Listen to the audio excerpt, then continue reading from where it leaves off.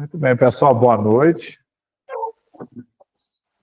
Deixa eu ver se eu estarei aqui no rumo certo aqui. Esse tema, deixar que os mortos enterrem seus mortos, é apenas um dos vários temas instigantes e intrigantes que Jesus coloca perante nós no Evangelho para a gente pensar sobre ele. É um daqueles temas que, se a gente abordá-los literalmente, parece que Jesus está dizendo uma coisa estranha, né? Uma coisa assim que não tem muito sentido. Mas no Evangelho segundo o Espiritismo, né, do nosso querido codificador Allan Kardec, existe um capítulo chamado Estranha Moral, que é o capítulo 23, que analisa vários desses temas instigantes. Um deles, por exemplo, que é explicado, inclusive, nas palavras do próprio Kardec, é quando Jesus diz que se alguém não odiar os seus pais e amá-lo mais, essa pessoa não vai entrar no reino dos céus. Aí a gente pergunta, mas odiar os pais, como é que é isso? É porque, no sentido em que essa palavra era usada, e apesar da tradução que veio possivelmente do original grego, depois passou pelo original latino, no sentido que era usado, não é sentido no odiar não tem o sentido de odiar, de não gostar da pessoa, de não ter amor pela pessoa, mas odiar no sentido de preterir, de amar menos. Então, quem não amar a Deus mais do que a seus pais, esse não poderá entrar no reino dos céus. Então, esse é o verdadeiro sentido. E são vários trechos, depois vocês podem ler lá e também se deliciar com as explicações que o Espiritismo vai trazendo para a gente, de textos que ao longo da história assumiram esse caráter misterioso, mas que de mistério não tem nada. Um deles, então, que é abordado nesse capítulo, no item 8, é justamente esse teminha da nossa conversa de hoje. Mas antes da gente entrar no assunto, eu vou contar uma historinha para ilustrar como é que nós vamos abordar esse trecho do Evangelho. O marido e a mulher estavam conversando, né? E o marido e a mulher sempre têm uma certa disputa para ver quem vai ter razão. Claro que a mulher sempre acaba tendo razão e o homem dá a última palavra, sim, senhora. Né? Então, eles estavam planejando, numa cidade do Nordeste, do interior da Paraíba, que iriam ao São João, que o São João de Campina Grande, que é a segunda maior cidade lá da Paraíba, é o maior São João do mundo. Eu já tive a oportunidade de estar, uma festa belíssima. Eles fazem quadrilha que tem com 300 pessoas na praça dançando a quadrilha, é maravilhoso. Mas então eles estavam, o marido e a mulher, argumentando se iam para a quadrilha, se não iam. O marido queria ir e a mulher estava morta de preguiça. Então, lá em determinado ponto da conversa, o marido insiste. Mas vamos, só uma vez no ano, vai ser bom demais. Ela fala assim, ó, eu até vou, mas só o dia que o sertão virar mar. Essa negativa, que a gente usa como uma figura de linguagem, quer dizer o seguinte, pode ser uma coisa que nunca vai acontecer, porque o sertão é muito seco, não vai chover o suficiente para que ele alague e vire um mar. Mas também pode dizer, no sentido em que essa figura é usada, que é assim, pode até ser que eu vá, mas não é hoje, não. Quando a gente traz isso para o trecho do Evangelho que a gente vai estudar hoje, essa é uma das interpretações que a filologia, o estudo das línguas, traz para a frase de Jesus e para a frase que o rapaz pronuncia. Então a história é a seguinte: está narrado no capítulo 8 de Mateus e no capítulo 9 de Lucas. Então, Jesus está com seus discípulos e aquele tanto de gente seguindo, eles estão indo por um caminho, e vê um rapaz. E vendo Jesus falar, o rapaz estava ali muito animado, e diz: mestre, eu quero segui-lo. Aí Jesus diz: vem, vem agora. Ele fala: só que hoje não dá, deixa eu ir enterrar meu pai primeiro, depois eu volto. E aí Jesus dá para ele a clássica resposta, que as pessoas consideram intrigante: deixa que os mortos enterrem seus mortos. Vem já e propague o evangelho, propague o reino de Deus. Anuncie a boa nova. Então, existem várias explicações. Uma explicação que parece óbvia no sentido religioso, no sentido espiritual, é que Jesus está dizendo: por mais que enterrar um parente desencarnado seja importante, por mais que enterrar o seu pai seja importante, deixe tudo de lado e siga-me primeiro, e já vamos tomar conta da propagação do Evangelho. Isso nos parece um pouco estranho, apesar de ser uma explicação assim, bastante comum para esse trecho. Parece um pouco estranho, por quê? A sociedade judaica na qual Jesus nasceu e à qual Jesus pertencia era uma sociedade essencialmente patriarcal. O que nos difere da maioria dos animais, exceto os elefantes, que são conhecidos por levar os seus mortos e esconderem, né? Que as pessoas dizem que o cemitério dos elefantes é muito rico em marfim, que tem o marfim das presas. Então, com exceção dos elefantes e talvez de um ou outro bicho, os bichos não se preocupam em cuidar dos seus mortos. Cuidar dos mortos é uma característica humana, de nós que já temos, dentro desse corpício aqui, um espírito que nós somos, não é que nós temos um espírito, nós somos um espírito. É tão importante cuidar dos mortos que a sociedade, a civilização, correntemente, diz-se que a civilização nasceu com o nascimento da escrita, né? E quando a escrita nasceu, a gente já morava numas determinadas vilas, pequenos aglomerados, mas quando a escrita começou a civilização. Muitos ramos da arqueologia dizem que não. A civilização, como nós a conhecemos, começou a partir do momento que nós tivemos cuidado com os nossos mortos. Porque no momento em que a gente tem cuidado com os mortos, e isso está lá no Evangelho segundo o Espiritismo, quando se fala justamente desse trecho que a gente está abordando hoje, quando se tem esse cuidado com os mortos, a nossa intuição de que existe uma vida além da vida física já está intensa o suficiente para a gente saber que não pode simplesmente deixar o corpo físico para lá. Então, cuidar dos mortos é uma coisa muito séria e sempre, ao longo da nossa história humana, foi muito importante. No grupo judaico, no povo judeu, como nós conhecemos historicamente, e aí também era uma tradição muito grande em todo o Oriente Médio, os países de língua árabe, é muito importante que o primogênito, aquele que é responsável por dar continuidade à linhagem do pai, aquele que foi o primeiro filho a nascer, que ele cuide do sepultamento do pai. Então, quando ele diz, permita, não, senhor, deixa que antes eu vá enterrar meu pai, depois eu venho. Era sinal de que ele era o primogênito. Dentro da família, a responsabilidade de sepultar o pai cabia a ele. Outra coisa muito curiosa a respeito da forma como tratar os mortos entre o pessoal do Oriente Médio. Muitas vezes, em algumas tribos, era muito comum quando a pessoa desencarnava, especialmente nos países árabes. Nos países judeus não acontecia muito, mas também acontecia. Você deixava a pessoa semi-enterrada, você colocava numa espécie de urna. Lembra que Lázaro foi enterrado, ele foi sepultado, entre aspas, né? Enfaixaram-no, banharam-no com aloés e etc., e colocaram numa espécie de cripta.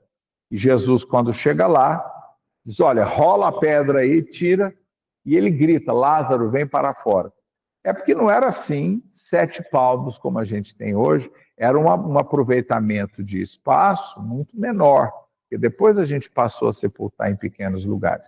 Mas por quê? Um dos costumes era se deixar a pessoa lá durante um ano, até que todo o seu corpo tivesse se decomposto, e eles pegavam apenas os ossos para ocupar um lugar menor, colocavam no ossário e guardava. A família guardava, sepultava às vezes dentro de casa. Quem lê a história de Maomé, o profeta, uma das formas que eles encontravam de sepultamento, está lá relatado.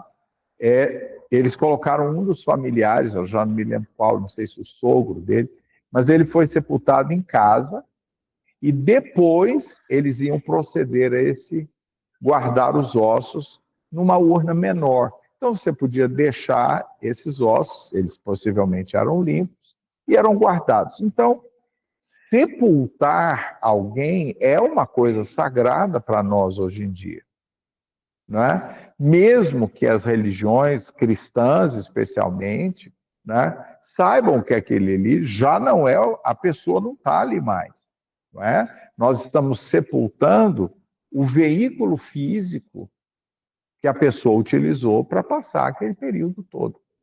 Mas, então, voltando a essa importância, quer ver? Vou fazer mais um parênteses aqui antes da gente voltar no Evangelho. É tão importante que Santo Agostinho foi instado por um monarca da época, uma pessoa lá que tinha um pequeno reino, uma região muito grande, era uma pessoa de posses e que dominava sobre uma determinada região. Instou a Santo Agostinho que lhe escrevesse a respeito do cuidado com os mortos. E surgiu uma obra maravilhosa, todo espírita devia ler. A gente lê muito Confissões, né, do Santo Agostinho, que é uma coisa extraordinária, um tratado de beleza e amor, uma coisa linda. Mas ele tem um livro chamado O Cuidado Devido aos Mortos. Em latim é De Cura Mortuis. A gente devia ler esse livro. 100 páginas assim. Uma espécie de carta grande que ele foi escrevendo, deu lá um tanto de rolos e mandou para esse nobre, em que ele fala, inclusive, a respeito da imortalidade da alma, da presciência. Ele diz, eu não tenho como afirmar, como garantir o que eu era antes de ter nascido. Ele fala lá no Cuidado com os Mortos. Eu só sei que o que quer que tenha acontecido foi dentro da vontade de Deus. Isso é muito interessante. Então vamos lá. Então Jesus jamais diria para alguém, largue de ser bobo, deixa esse negócio de pai para lá, não vai sepultar seu pai, não. Vem cá, me segue. Olha se Jesus ia falar uma coisa dessa. O cuidado com os mortos é um cuidado sagrado, é um respeito, é uma lembrança pelo veículo físico que serviu a alguém que a gente ama. Tá bom. Se Jesus não falou isso dessa forma, qual foi a forma que Jesus falou então? Existem aí algumas explicações comuns, mas usuais. Por exemplo, Jesus falou isso, não, deixa que os mortos cuidem dos mortos, mesmo sabendo que o rapaz ia embora cuidar de enterrar o pai. Parece que Jesus não ia desperdiçar o tempo dele falando uma coisa fora de contexto. Acontece que existe uma explicação que eu considero mais interessante, que é o seguinte: os filólogos, é uma explicação da linguística da coisa.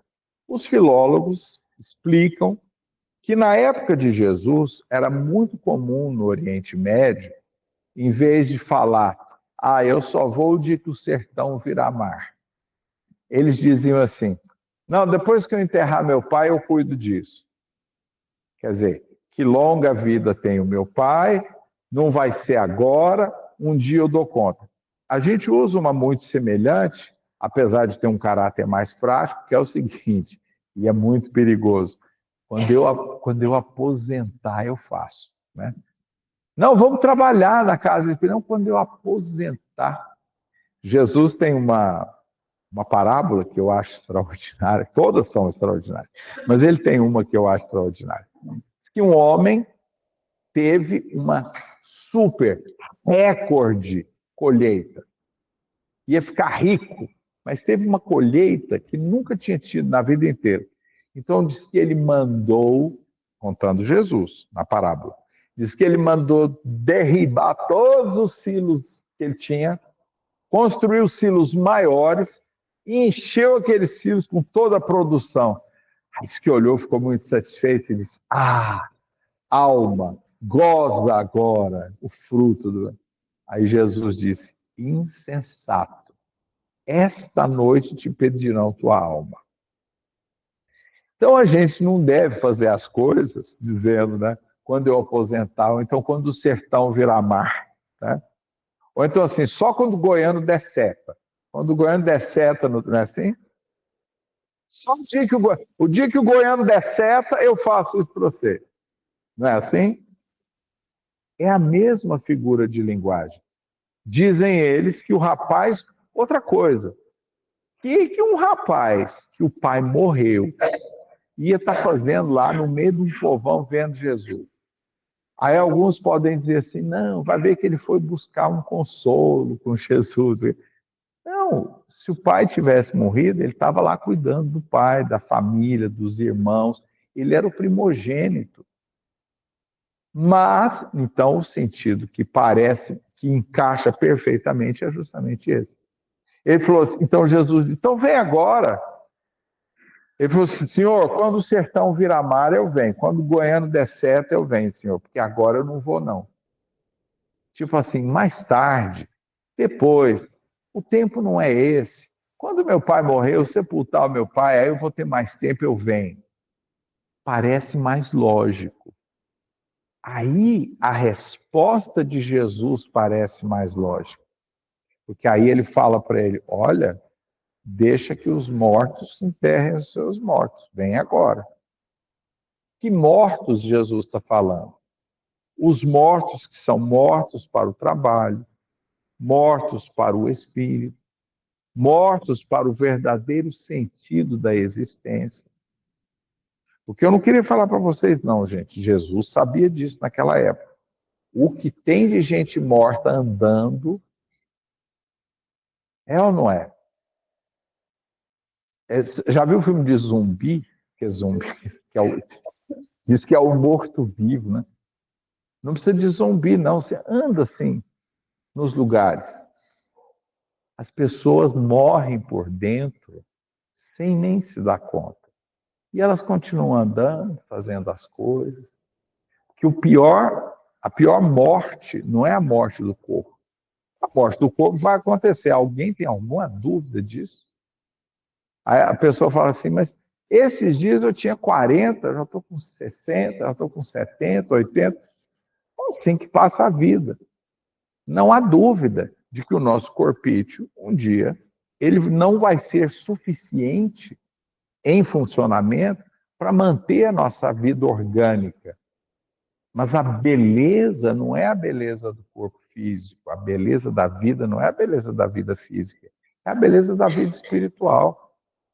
Então, o corpinho fica, vai para a sepultura, a gente não tem nada que proíba. O Espiritismo, Kardec ainda diz assim, os Espíritos respondem para ele no Livro dos Espíritos, é uma celebração da memória, é você honrar a memória da pessoa, cuidado com os despojos.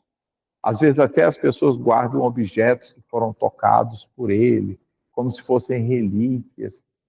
Tudo isso tem um sentido de carinho, mas com o espírito que foi embora. Todo mundo sabe que o corpo não está ali. Quer dizer, o corpo está ali, mas o espírito não está ali. Então, quando Jesus fala, deixa que os mortos cuidem dos mortos, são os mortos para a vida. E o espiritismo, o cristianismo, depois o cristianismo foi se tornando algo que foi se afastando do Cristo.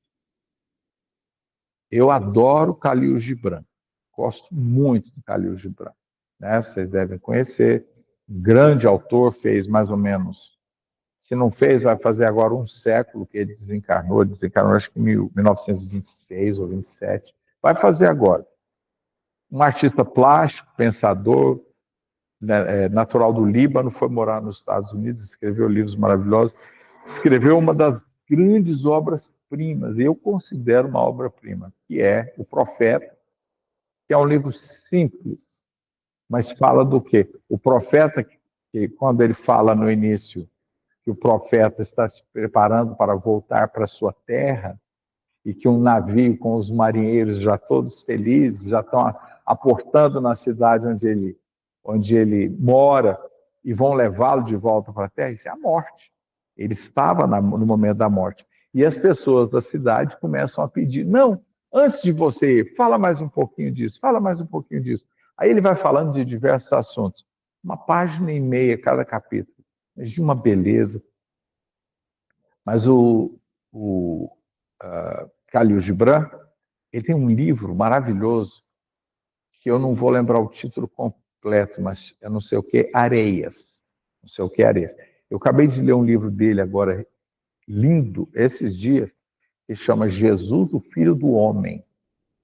E ele narra a filosofia de Jesus, a filosofia existencial do amor, da beleza, da entrega a Deus, pelos olhos daqueles que viviam ao redor dele. Inclusive quem não gostava de Jesus. O próprio Pôncio Pilatos, cada capítulo é alguém falando de Jesus, dos seus contemporâneos. A mulher de Pilatos fala, fulano, que era um comerciante que não gostava de Jesus, o outro gostava. É um livro extraordinário. Jesus, o Filho do Homem. Mas nesse livro das Areias, que agora eu não vou lembrar o título, tem uma coisa que é sensacional. Ele diz lá o seguinte, de 100 em 100 anos... Lembraram o nome? Não.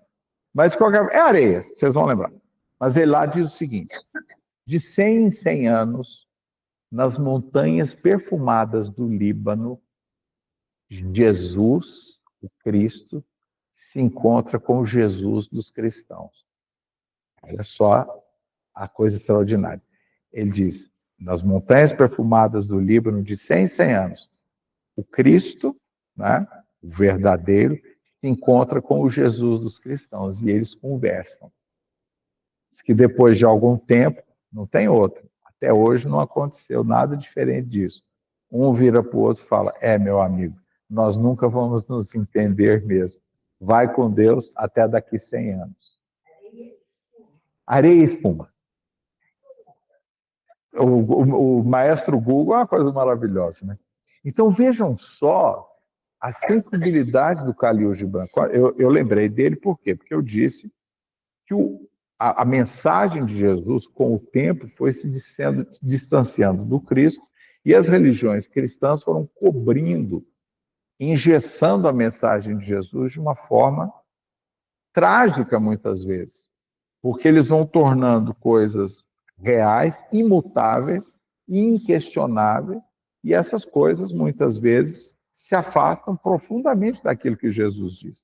Então, o Cristo e o Jesus dos cristãos se encontram e não se entendem. Aí um fala para o outro, meu amigo, não tem jeito, a gente não vai se entender, até daqui 100 anos, pode ir. Então, nós temos nessa visão de eternidade que a gente tem, nessa visão que a gente, nessa segurança que a gente tem da sobrevivência do espírito, o cristianismo tem uma contribuição muito grande a nos dar. E essa contribuição é a contribuição da responsabilidade de nós prepararmos a nossa bagagem para irmos para o outro lado. Porque um dos cuidados que se deve ter com os mortos é alertá-los em vida para o que eles devem ou não fazer, preparando a sua bagagem para ir para o mundo espiritual. O nosso querido Raul Teixeira, esses dias no Instagram, acho que é a Federação Espírita do Paraná, que eu sigo, pôs um trecho de uma mensagem, de uma palestra antiga dele, ele falando lá, que saudade do Raul, que orador extraordinário, né? Que gigante. E o Raul, uma vez, tinha um programa carioca, acho que era a Federação Carioca, não sei, fazia um programa lá que era tipo assim, Hora Espírita, ou alguma coisa assim. Toda semana tinha. E um dia eles entrevistaram o Raul, nunca me esqueci disso, tem muito tempo que eu vi, mas eu nunca me esqueci. Aí a moça está falando de imortalidade da alma e pergunta para o Raul, fala assim, Raul, como é que a gente se prepara para a morte? E o Raul vai em cima, ele fala assim, preparando-nos para a vida. A nossa morte, a nossa passagem para o outro lado, a nossa volta para casa, ela será exatamente moldada. O que vai dar o caráter do nosso desencarne é a vida que a gente leva. Já dizia minha santa e abençoada avó. De vez em quando eu menciono a minha avó aqui, né? Vou mencionar de novo. A minha avó dizia assim: caixão não tem gaveta e mortalha não tem bolso. A gente só leva o que a gente teve dentro de nós, junto conosco, e que quando nós deixamos o corpo físico, isso é o que vai conosco. Então, quando Jesus alerta, cuidado, deixa os mortos cuidar dos mortos. Deixa que as coisas da vida, do mundo, as coisas da matéria, as coisas das circunstâncias materiais que nos envolvem, e essas coisas sejam cuidadas por quem dá valor para elas. Nós temos que dar valor para outras coisas. Não quer dizer que a gente, de uma hora para outra, vá abandonar as questões. O nosso teto vai cair qualquer dia. Cada vez que dá uma chuva, abre 5 goteiras. Não vou trocar o telhado porque a gente é humilde. Ah, não, eu sou muito humilde. E Jesus não tinha uma pedra para apoiar a cabeça. Isso era Jesus, tá? A gente pode consertar o telhado da casa. Não tem problema. A nossa casa espírita, o Raul Teixeira, voltando no Raul Teixeira, é o que eu me lembrei. Ele conta numa das palestras que ele foi a uma casa espírita uma vez e não tinha lâmpada no teto. Diz que as lâmpadas eram penduradas nos fios, assim, nos cantos, e tinha um soquete, assim, as lâmpadas penduradas, e tinha uma pera. Todo mundo lembra o que era uma perinha? Um negócio que você fazia assim, com o polegar, assim, clique. Que ela parecia uma flor, fazia assim, né? Aí ele, muito curioso, o que aconteceu? Vocês estão reformando a casa? Não, aqui é uma casa simples. Uma casa simples. Aí o Raul falou assim, é simples? O dia que der um curto-circuito, ou morre alguém ou pega fogo na casa simples, tá? Ele falou desse jeito. E tá certo. Diz que no ano seguinte ele voltou lá, estava bonitinho, tinha interruptor e tinha umas lâmpadas no teto normal. O que custa? É que a gente tem umas coisas meio malucas na nossa cabeça que a gente inventa umas coisas. Isso é invenção da nossa cabeça, só pode ser. A gente inventa umas coisas, só que para Deus a gente não adianta inventar, não. Então, as coisas que acontecem na nossa vida, elas têm que ter sentido real e elas têm que ter verdade naquilo. Então, não adianta a gente fingir que a gente está levando uma vida X ou Y, porque a gente tem determinados comportamentos.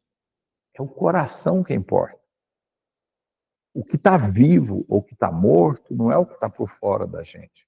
Porque às vezes o que está por fora está bem vivo. O que importa é o que está por dentro. Eu vou terminar contando uma história interessante. Depois que eu contar o milagre, eu conto o santo. Eu não sei se eu já contei aqui essa história, mas se já contei, conto de novo. Certa feita, um homem foi convocado para se apresentar perante um juiz no tribunal, né? E recebeu a comunicação até com certo espanto, porque ele sempre achou que era uma pessoa, como eu disse, que se portava bem na sociedade, que era uma pessoa que fazia o bem para os outros, uma pessoa que estava sempre dentro das leis, e de repente ele recebe essa intimação para comparecer perante o juiz. Ele passou alguns dias bem assustado, disse, não há como evitar, eu vou ter que ir mesmo. Ele foi até a casa de um amigo e pediu auxílio. Disse para o amigo, e você me ajuda? Você vai comigo lá, me dá uma força nesse dia? O amigo disse, olha, eu gostaria muito de ir, mas infelizmente nesse dia eu não posso, porque a minha esposa vai fazer uma cirurgia à tarde e eu tenho que levá-la para o hospital e tenho que permanecer com ela. Mas, para você chegar bem apresentado, eu vou te levar no meu alfaiate, isso naquele tempo do alfaiate, né? Eu vou te levar no meu alfaiate e te dou um terno de presente, para você ir bastante elegante. Você sabe que a aparência é muito importante. O juiz vai te olhar, né? Ele ficou meio assim, mas agradeceu. Tudo bem. Passaram-se mais alguns dias e se aproximando da data, e ele com aquela... procurou outro amigo. Ele disse para o amigo, explicou, tal. O amigo falou, olha, eu queria muito te ajudar, mas esse dia, a filial da firma que eu estou abrindo lá na cidade tal, vai fazer a inauguração, eu preciso estar lá. Mas isso é só de tarde. De manhã eu posso te levar. Então eu te dou carona, que o fórum é longe, é do outro lado da cidade. Eu te dou carona até lá. Pode ser? Pode. Tudo bem. Já parecia que estava tudo resolvido, mas ele ainda com uma certa angústia falou, gente, eu vou sozinho. Foi num terceiro amigo. Chegou para ele, explicou, ele falou, mas é claro, né, pode ficar descansado, vou lá com você, ó, estamos juntos, ombro a ombro. A gente vai lá, eu converso, se eu precisar dar alguma declaração, eu dou. Se não precisar de nada, eu só fico lá sentado, seguro na sua mão. Tá bom assim? Tá ótimo. Passou. Chegou o dia, ele foi ao alfaiate, vestiu aquela roupa maravilhosa, um terno muito elegante. De repente, ele está lá, toca a buzina. Era o amigo, o segundo amigo, parou de carro, levou até a porta do fórum. Né? Chegou na porta do fórum, o terceiro amigo já estava lá esperando. Estou aqui, vamos entrar. Aí foram os dois embora, pegou o amigo, agarrou no braço, entraram, se apresentaram perante o juiz, toda aquela comissão que estava lá, conversaram. O amigo teve que dar algumas declarações, deu as declarações. Quando terminou, tudo se resolveu maravilhosamente, tudo ficou muito bem. Enfim, essa é uma alegoria para a morte. Os amigos, o máximo que os amigos podem fazer é vestir um terno bonito na gente e pôr a gente lá deitado. O máximo que eles podem fazer. O que mais que eles podem fazer? Passar uma maquiagem, para a gente ficar todo bonito. Aí a pessoa fala assim, mas está bonito o anjo, olha só, que maravilha. É o máximo que eles podem fazer. A família, o máximo que eles podem fazer, que é o segundo amigo, é levar na porta da sepultura. Levar lá na porta. Pôr lá dentro bonitinho, jogar uma terrinha, fechou, acabou. E o terceiro amigo? O terceiro amigo é a nossa consciência. É o único que consegue entrar fórum adentro e vai conversar lá na sala do juizado com o juiz, falar por nós, dar testemunho da gente. Eu acho essa história linda, de vez em quando eu conto ela aí nas palestras. Não importa o tema, às vezes eu estou contando, ela me vem, não importa, ela sempre encaixa de alguma forma. Essa minha historinha foi contada pelo espírito André Luiz, numa das reuniões do Chico Xavier, né? E foi gravada naqueles gravadores de rolo que tinha antigamente, e depois elas foram transcritas, essas mensagens, e viraram um livro chamado Instruções Psicofônicas. Então, quem quiser... Claro que eu inventei aqui, eu dei uma enrodilhada na história, mas ela é exatamente assim.